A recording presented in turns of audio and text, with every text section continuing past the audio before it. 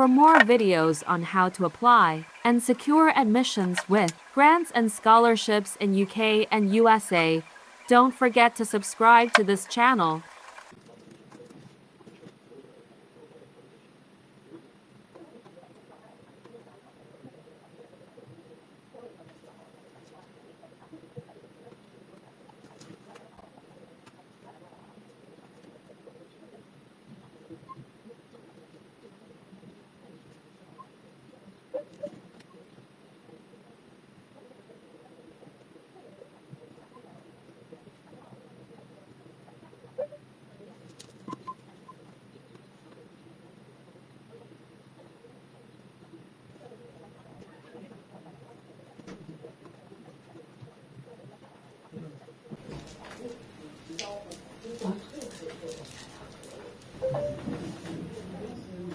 Hello.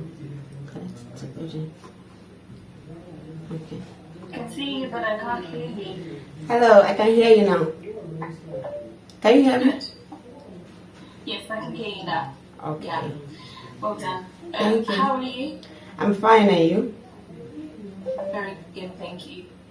So, I can hear clicking in the background. Is that your phone going off or? Clicking in the background. Okay, let me close the door. Okay. Stop talking.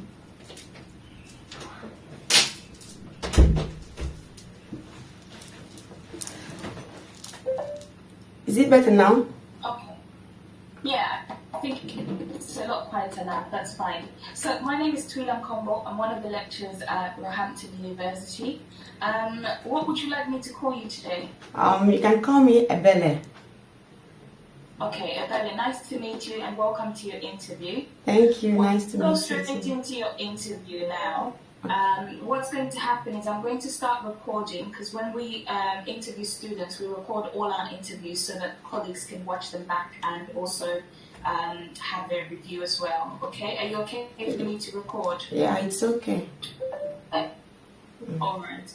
So yeah, there's a noise. I don't know if it's your computer or your phone.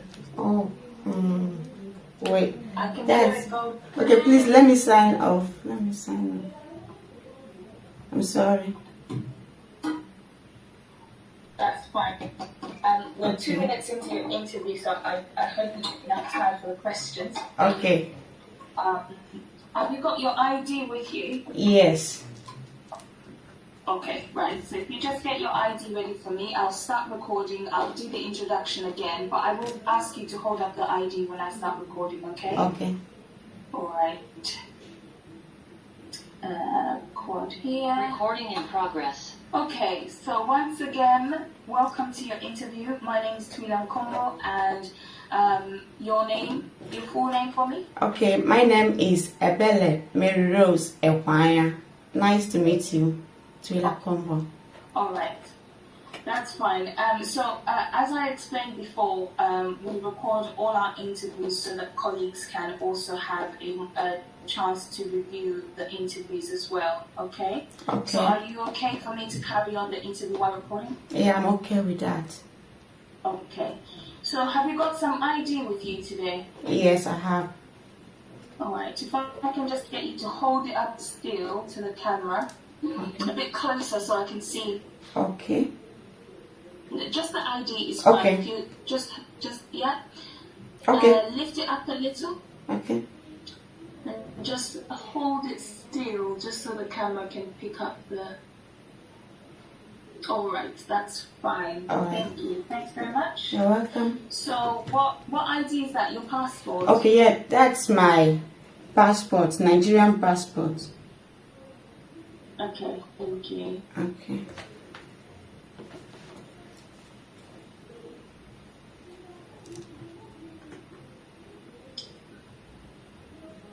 Oh, there we go.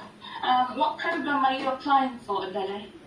Okay, I applied for adult nursing in University of Roehampton. Okay. Is it adult nursing alone or? Is it just adult nursing, or is it adult nursing with mental health? It's adult nursing alone. Actually, Roehampton offers adult or mental health nursing. I made mistake in my reply.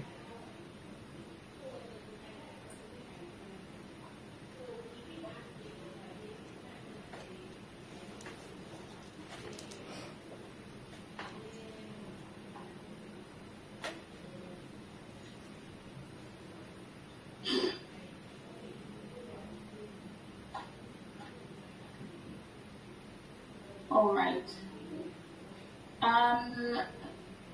So I've got 6 questions for you this morning. Okay. Are you ready for your first question? All right, I'm ready. So, what has made you consider a career in nursing, and what qualities do you have that make you suitable? All right, thank you. First of all, I would like to say that although my current major now is psychology, but while growing up, I have so much desire to work in the healthcare system.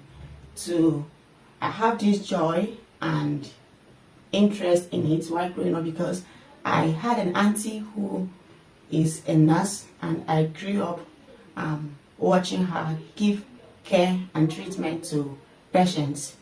So I so much admire her zeal and effort she puts in her work, and the feedback that she gets from being part of the patient's recovery journey. So I was not able to venture into nursing in my bachelor's degree due to some reasons, but because it's what I have desired to do from a very early time in my life, I have decided that whenever I'm ready with mentally, psychologically, and financially, that I will eventually go into the field of nursing to actually develop that career that I so much wish for. And again, psychology has some similar relationship to nursing career, because as a psychologist, you have to deal with clients who have to improve their psychological well-being, and in the part of nursing, you have to do with service users who need to improve their health. So the two is just in a parallel line, that one is working in terms of taking care of psychological well-being, while the other one is for physical health. So I also believe that I have the skill necessary to be a nurse, because a few of the skills that guide the nursing profession are what I could describe as the 6 C's of nursing, of which is I can give care to patients. One time that I have given care was when I was in my first degree in the university. This, let me just say, it's kind of what I would call official, because there are several times one could give care, maybe to a family member. But I had my cousin who gave birth to her 4th child, and there was nobody to do omugo for her. So I was the one that went in to take care of her. So I took care of her, and while taking care of her, I also showed empathy in taking care of her, because she gave birth to a child that had some medical issues, which often leave the child always crying. So she's always experiencing some sleepless nights. So I kind of put myself in her position. I feel her pain. And on feeling her pain, I also showed compassion by trying to take the child from her so that she can rest, have some time to herself, and regain her mental health as well as her physical health. Another time I also showed care was when my dad had stroke. So I was there helping. Okay, that's fine. Thank you. All right. Thank you, Belen. Yeah, you've answered that question. There's quite a few other questions that I need to give you enough time to respond to. So, all right, thank you. Moving on to the next question then. I've got 2 screens here, so when I look this way, I'm typing your answers. Okay? Yeah. All right? I understand. So my next question then. Consider your chosen field of an adult nurse. What is your understanding of the role of a nurse? Okay, my understanding of the role of a nurse, let me first of all start from what an adult nurse is all about. An adult nurse is one who takes care of patients, service users who are of the age of 18 to elderly age. So a nurse responsibility or role is to first of all to assess patients, take charts and history of patients' health, previous history and of current history to know what brought them to the hospital. Again, it is the responsibility and role of a nurse to administer treatment given by a physician to the service user. It is also the role of a nurse to act as a teacher to the patients, because patients, they don't know so much about healthcare treatments and some other things or the sickness they are suffering from. So it is the role of a nurse to educate them on the sickness, the treatments available and what to expect.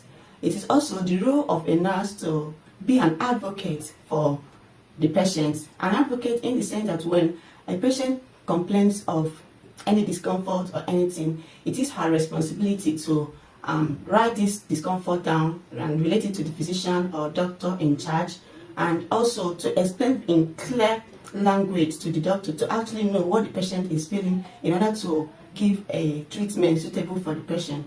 It is also the role of the nurse to arrange patients for their treatments such as surgery and giving of bed in the hospital and also discharge of the patients. And above all, a nurse should be able to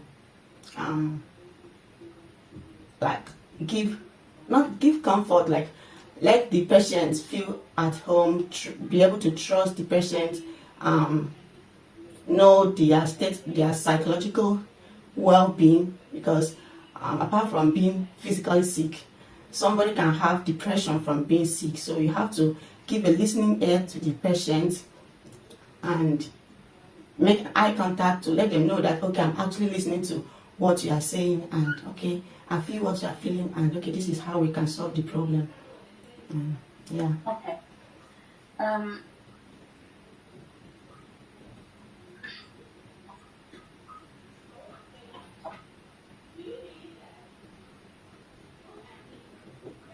Just what are some of the hands-on things that you would expect an adult nurse to do? That's your chosen field of work. So if you said you're going on shift today and you're on a long day shift, you've mentioned giving medications that the physician has written. You've mentioned preparing the patient for surgery, assuming that you're on a surgical ward. So obviously giving medication is one of the important day-to-day roles of the nurse. Are there any other day-to-day responsibilities, hands-on, that you can think of that a nurse does, an adult nurse, if they're on a long day shift, in a 12-hour shift, other than give medication that the doctor has written? What else do you think they might be doing? Just list 3 or 4 if you can think of any. Oh. Just a list is fine. Okay. Other things I think a nurse can also do aside of giving medication from a physician is taking charts of the patient's vitals. You mentioned that. Okay, I'm sorry. Yeah. And okay. That's okay. And other things that a nurse can also do is checking up on the patients to know the changes from the last time I checked the patients and now what is the change.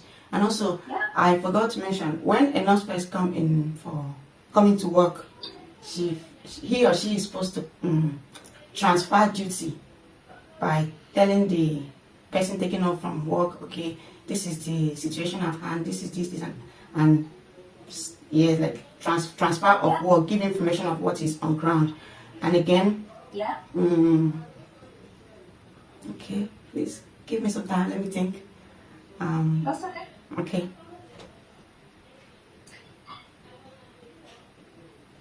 Okay, I think a nurse also have to involve in some teamwork with other healthcare professionals and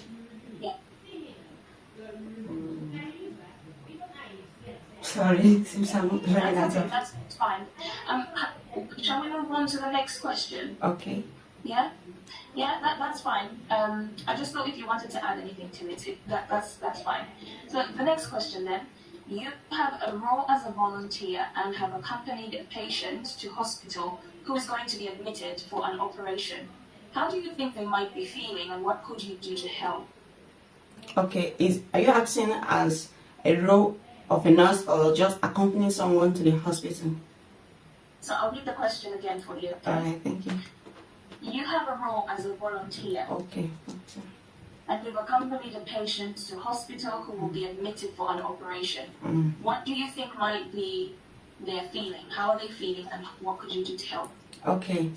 So if I'm going in as a volunteer, and I know that going in for surgery, it's kind of a big step for somebody who is sick, and they will be afraid, scared of the situation and not knowing what the outcome will be. So I will talk to them or talk to the patient.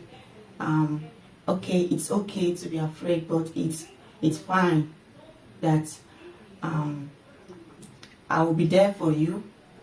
Always be aware that I'm here waiting for you, and telling the person that I'm here waiting for you assures the person I'm actually coming out alive and hearty, and hold the person's hand, assure the person that you'll be fine, it's okay. And also, if it takes, you can also try to walk the person to the theater, so that the person will feel that, okay, I have a companion going with me to the theater. And always try to assure the patient that everything is fine. You have good hands that will take the surgery, and I'm here for you. Okay. Okay. That's brilliant. Thank you. My next question then. As you are aware, 50% of the course. Can you hear me? Yes. Yeah? As you are aware, 50% of the course consists of clinical placement. Yeah? What do you think might be your biggest challenges here, and how would you prepare to overcome the challenges? Okay. One of the biggest challenge I think I will face as a student nurse is meeting up with schedules, because as a student nurse you have a lot to put up with, such as assessments, exams, placements, and moving from one place to another for the placements. So being able to have good time management to enable, challenges of not meeting up with deadlines is a problem, and one way to solve it is to be conscious of time management. I'll have to improve my time management, of which I actually have a method of managing my time. So I have to make sure that I create small deadlines for myself, such as, okay, these are the small things I have to accomplish in order to accomplish the bigger goal. So while I try to accomplish these things in smaller bits, I'm on my way to overcoming the issue of the issue of time and missing schedules. And another thing I think that will also be a problem or a challenge is fatigue, because being on placements can take hours, like 8 hours or thereabouts, and it can be Monday, Tuesday, I don't know how, okay, maybe Monday to Wednesday. But fatigue is a challenge that could face a student nurse, and one of the ways to also overcome the issue of fatigue is I'll make sure that once I finish work, I take up to 6 to 8 hours of sleep in order to revitalize my energy. And on my days off from placements, I have to take time off and relax my mind for the task ahead. Yeah, this is what I think. Okay.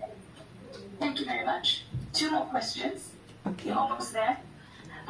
The next question then. You have been asked to look after a friend's rabbit while they are on holiday. On the day they are due to come back, you realize that the rabbit has gone missing out of its hatch. What would you do? Okay, before my friend will come out, I have to first of all actively go and look for the rabbit. In a situation that I can't find the rabbit, I'll have to explain to my friend, tell her that actually I'm sorry, it's my fault that you left your rabbit in my custody, and out of my carelessness, mistake, I lost the rabbit. I'll tell her that okay, I'm sorry, and fine. I'll tell okay, I'm also eager to go out and look for the rabbit, and I can't go on, I can't tell her that okay, I have to buy a new rabbit for you because the rabbit that he or she lost is dear to them. So a replacement will not, buying a new one or getting a new one will not actually replace what has been lost, but how I show my concern, to how I take on the mistake, that okay, it's my mistake, I messed it up, forgive me, and I will try and make it up to you. Yeah, the first thing is to admit my mistake and try and make it up to her. Then if in a situation that she couldn't mind to accept maybe a new rabbit, then I will go ahead, but first of all I have to let her know there is no need for me to explain the reason why. There is no need for me to explain the reason why the rabbit was lost. Just accept the mistake and let her know that I'm deeply sorry for what had happened. And if she agrees, then I can maybe get a replacement for her.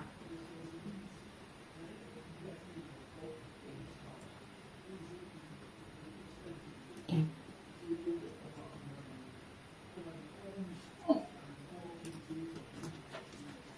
Alright, thank you. Last question. Sorry, you mentioned in the previous question that there's no need for you to explain the rabbit had gone missing. Excuse me? Did I hear that right? No, I said... You mentioned in the last question that you didn't... You go ahead. Okay, please, could you mind if you finish the question you were asking me so that I'll be in a better place to answer? Okay. No, I just wanted to clarify. I think you mentioned something that you didn't think you need to tell her that the rabbit went missing, but then you would apologize. No, that's not what I said. I said, in such a situation, there is no need for me to explain, oh, I was busy, that's why I was not aware that the rabbit has left. There is no need to explain why or what led to the rabbit missing. You know, because she gave me the rabbit in my custody. So what you mean is there's no need to give excuses? Yes, there's no need to give excuses to why the rabbit have gone missing. Yeah.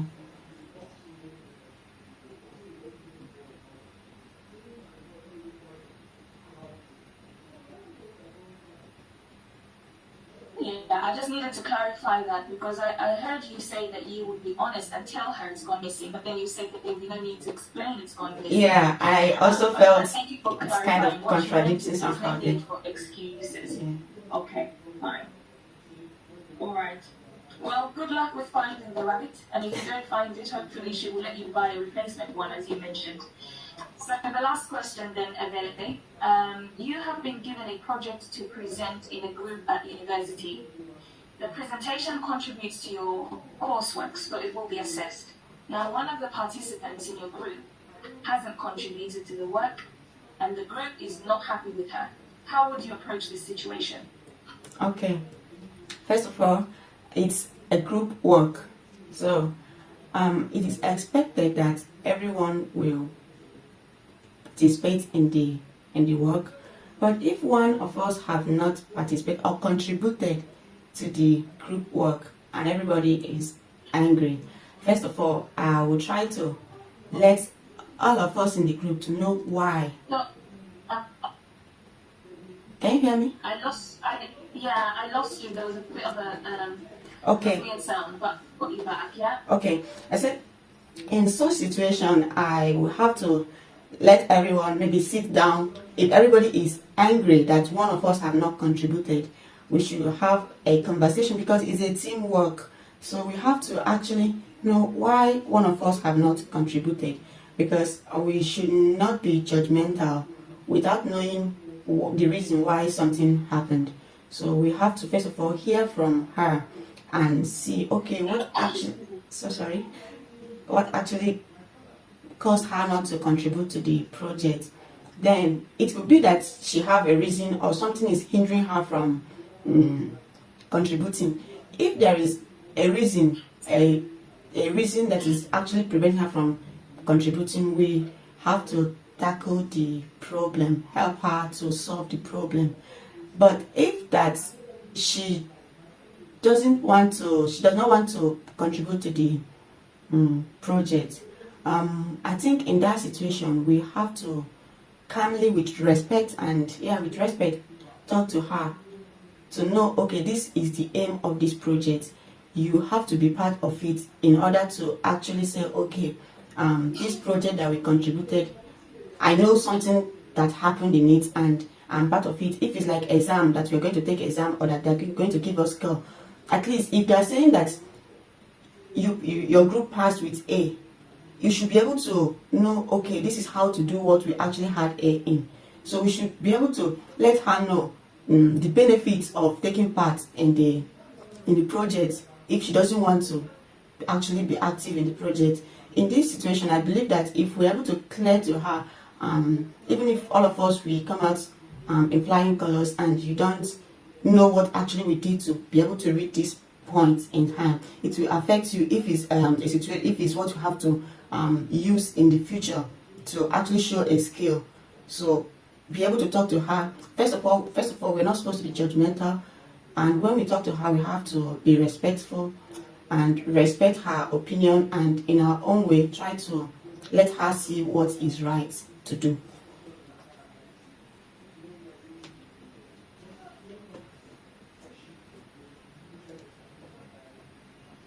Okay, is there anything else that you would want to do other than everything you've mentioned? So say you find out that actually she just doesn't want to do the work, and you mentioned here that you would show her the benefits of what it would bring to you as a group for doing the work. If you showed her the benefits of doing the work, she's still not engaged, and you find out that there's actually nothing preventing her from doing the work, she just doesn't want to take part, even though you've shown her the benefits, you've not been judgmental, you've respected her opinion. Is there anything else that you might want to do?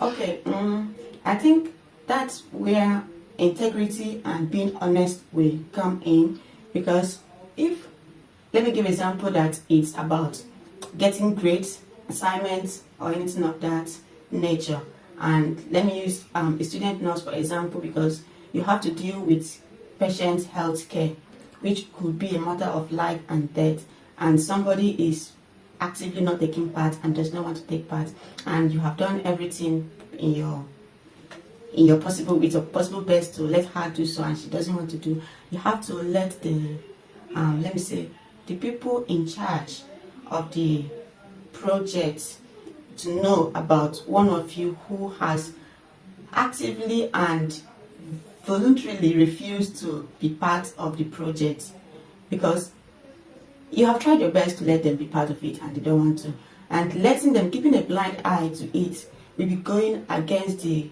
code of conduct that regulates the project. Yes, so in that aspect I have to be honest and show integrity to uphold the code of conduct.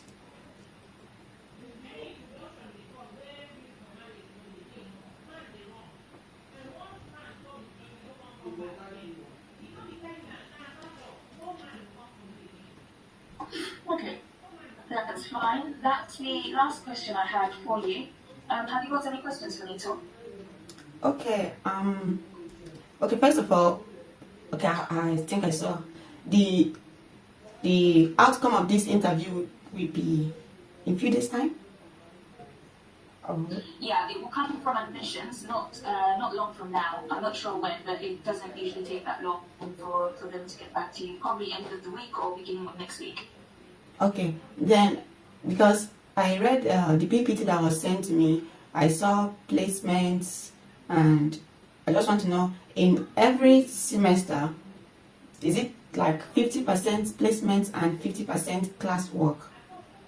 So your whole course is divided in 50-50. 50% of it is theory, 50% is clinical placement. With the clinical placement, you're expected to do 2 assessed placements per year. So for your 3-year degree, for example, you have covered 6 placements at the end of your 3-year degree. So you need to pass 2 placements per year. So it would work out to be that you've got placement, and around it there will be theory that prepares you to go into placement and experience some of that theory. So for example, I was teaching students on the biology module, and they would then go out and relate some of that biology information with the different departments they work on, and so on and so forth. So there are modules around the placement. Okay. Yeah? All right. I don't think I have any other question, but if I do, I can always send you a mail, right? It would be best to email the admissions team. Okay. Yeah, it would be best to send the admissions team anything to do with the admissions process or anything like that. It would be best to ask the admissions team. I mean, if you email me, it might take forever because I might be listening or interviews. So for any of those questions, go to admissions for them. Yeah? Okay. Thank you. All right. Thank you so much. Nice to meet you and have a good day. Nice to meet you. Thank you. All right. Bye-bye. Bye-bye. Alright guys, I've just finished, and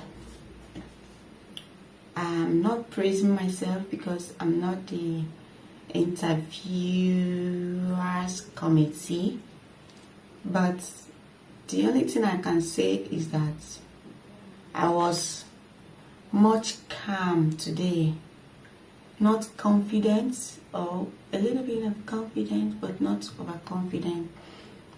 But I was able to at least take charge. Is it taking charge? I was able to control my emotions today. The previous one was my first one, and at the point I was feeling cold even while I was putting on clothes. But today my emotions were normal. I may not have answered very well to some questions that they asked, but I did my best. I will leave the rest for God and to them to judge. So, and one good thing is that they said the result will be out in a few days time. So, to reduce me some long amount of waiting, because the previous one I did it was on the 8th. Yes. So it's up to like a week, and now the result is not out, so it's keeping me in waiting.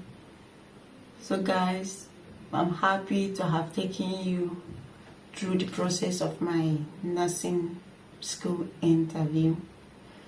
If the outcome comes out fine, you'll hear from me.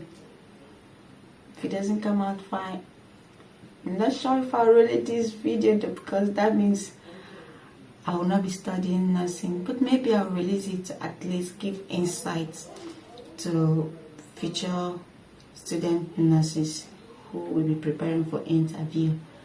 So I wish myself all the best, and yeah, I wish myself all the best. Thank you for watching.